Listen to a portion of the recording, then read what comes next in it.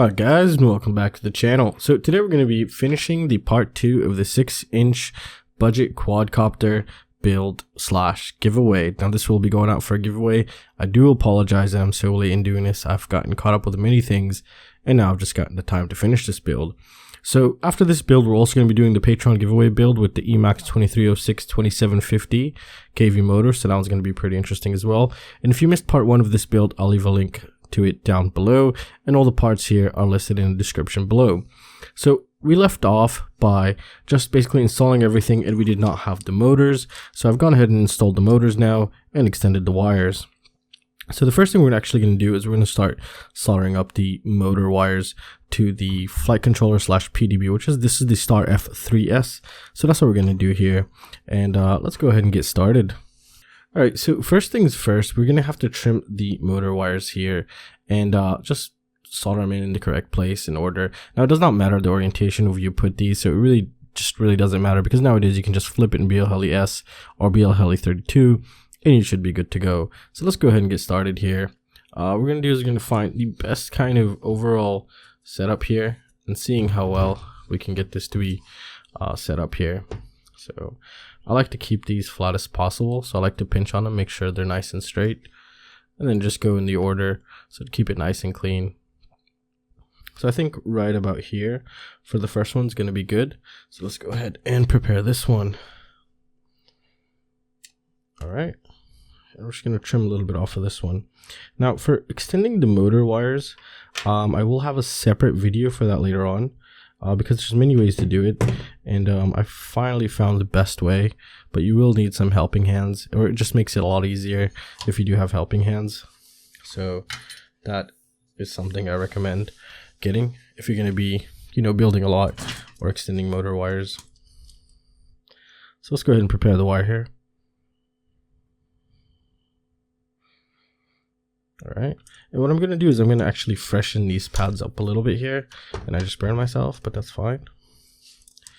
Alright, so let's go ahead and just, it's always nice to redo the pads here.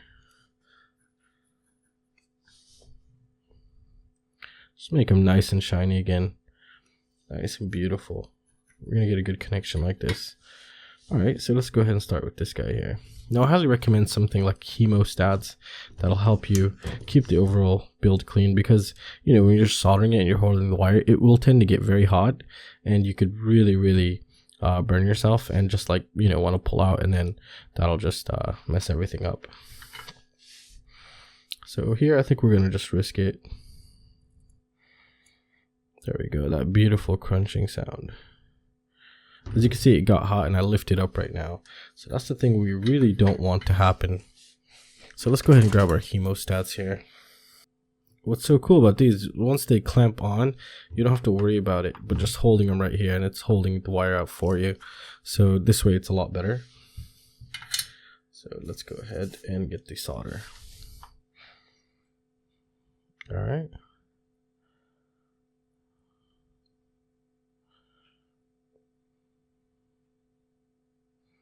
So I will be retouching this right now, and the way I go about retouching this is I would just keep the soldering iron holding the wire, and then I would just add solder, and then I would then get the hemostats to hold it in place and make sure it doesn't move, and there we go.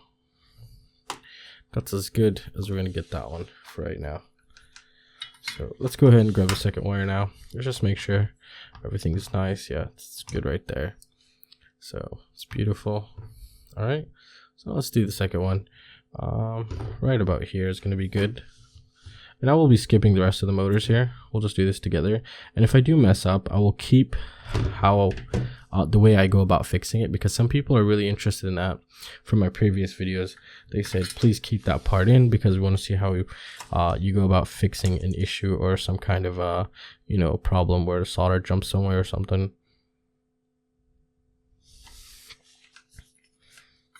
All right, so that wire is ready. Beautiful. And let's put this guy in. There we go.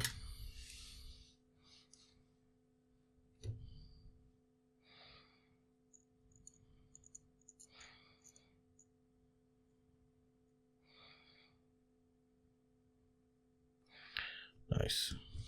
Okay. We want to do that to the third wire now. Make sure we kind of get them nice, because this is going to go out to one of you guys. I really want it to be as nice as possible here. There we go. The heat shrink will fix all this up. All right. So there we go. And let's go ahead and set this up like so, right there. There's going to be beautiful.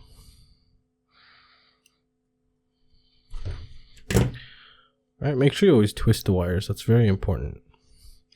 Twisting the wires is absolutely important here, because once you start, you know, soldering it on the pad, the wires will get all over the place and they can just touch things they're not supposed to touch, and basically possibly ruin the whole board. So you want to kind of try to avoid that.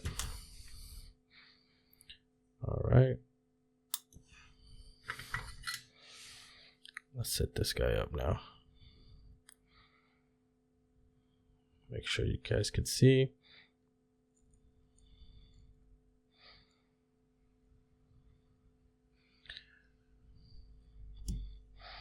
Beautiful. They are pretty tiny pads, so just take a nice look.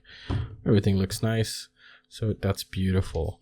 And yeah, so I'm gonna go ahead and skip the rest of these motors, and then I'll be right back, and then we'll take it from there. Alright guys, so right now what we're going to do is actually we're going to install iBus on this flight controller. And many of you, you know, a lot of people had some issues on installing iBus on this, but it's actually pretty simple here.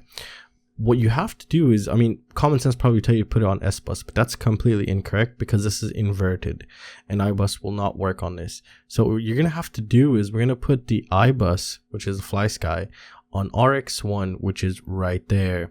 And then on Betaflight, you would set the serial RX on UART1, and you have iBus. It's just that simple. So let's go ahead and get that started with. All right, so this might prove to be a bit tricky, and it's going to need a pointy tip of the soldering iron. Don't use one like I'm using. So yeah, just take that into consideration, because it's very easy to hit something you're not supposed to. As you can see right there. It's a bit difficult for me because it's so far away right now, and I'm trying to get right next to it. So make sure the tip is clean. That's one of the most important things to do here. So there it is right there. There we go. And we already have 5-volt in ground pretty much ready for us here. So let's just retap.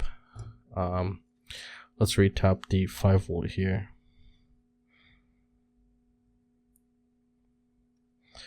All right. And we have this 5-volt which moved, which we're going to be fixing. And in theory, it's okay to bridge those two because they're both 5 volts. All right, so let's just double check they are 5 volts. Yeah, it's totally fine. So let's go ahead and start setting up the iBus receiver here.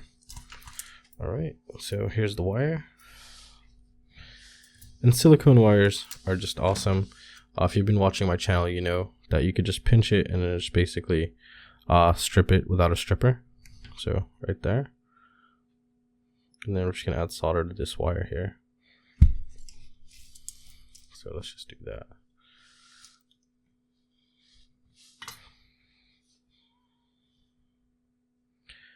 All right. Beautiful. So let's go ahead and get this 5-volt in here, which is right there. And there we go. That was it. So I'm just gonna double check it. Beautiful. All right, so as you can see, the next one down is SBus and then ground. So we're gonna need to take the ground now. which is the black wire from the iBus. And we're going to prepare it and then stick it on ground.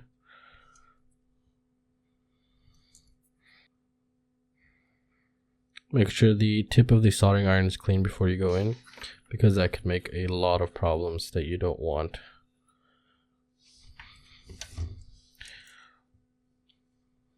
Alright, so make sure we get that on camera. Okay, and I can't see it like that. So what I'm going to do is I'm going to do it like this here.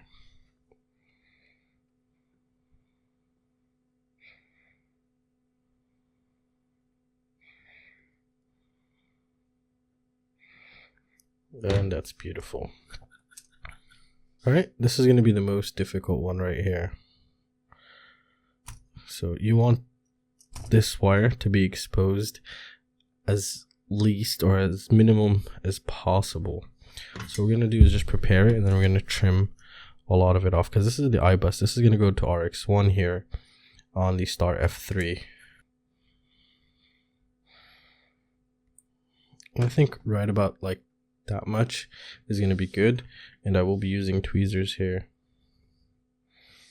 needle nose tweezers to be exact, and make sure there's no components that'll touch. Right about there is going to be beautiful, just like that. And let's go in for the kill.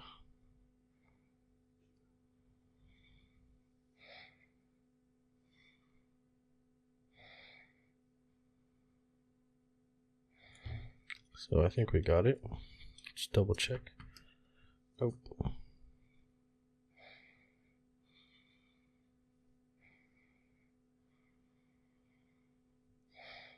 There we go. That's beautiful. Now what I'm going to do is I'm going to twist this wire just to clean it up, make it look nice and pretty. And for the receiver, I'm going to be using this receiver right here. And for whoever wins, just let me know if you have S-Bus or if you're going to be using an iBus, and I'll prepare the wires for you correctly, so you can just go ahead and stick your receiver in here and you'll be good to go. Alright, so what I'm going to do now is, since this is a stackable receiver, we want to stack it obviously. Now to stack this, it will, you know, the normal M3 screws will not fit through this at all. So what we have to do is we have to make these holes bigger. And the way I go about doing it is I just get a box cutter here, just like this, and I just start. X-Acto knife will also work also, so make sure you do both sides here. Alright, so just cleaning it out. Alright, so where are we going to put this? I think we're going to put it towards, let's put it on the back, which is, this is the back here. So let's just do this. We're going to unremove these here. Okay, kind of didn't see where the other one jumped. There it is. Alright, we're just going to add these two guys right here.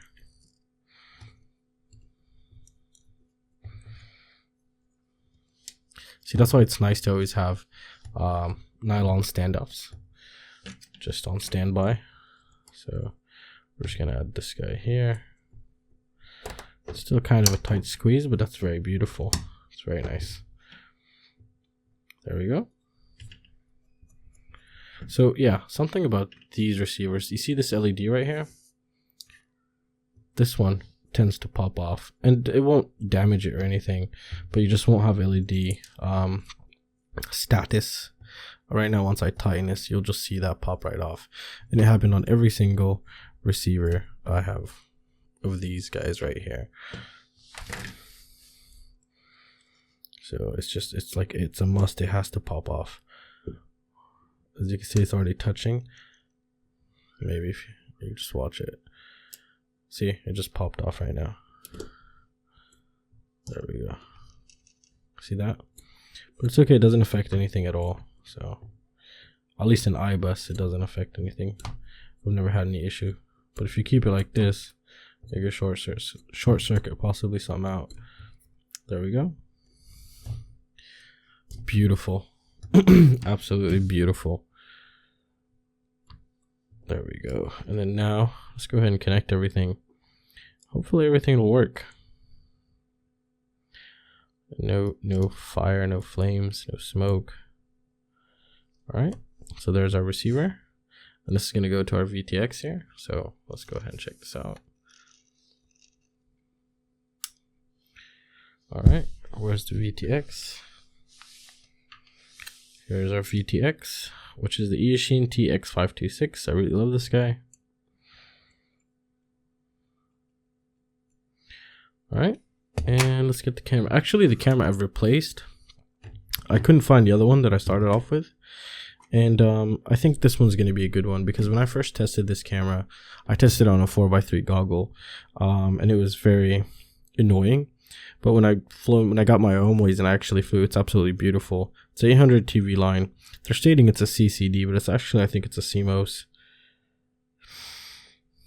So there we go. And it has OSD right here, so you can go ahead and switch the settings if you wanted to. So that's pretty cool as well.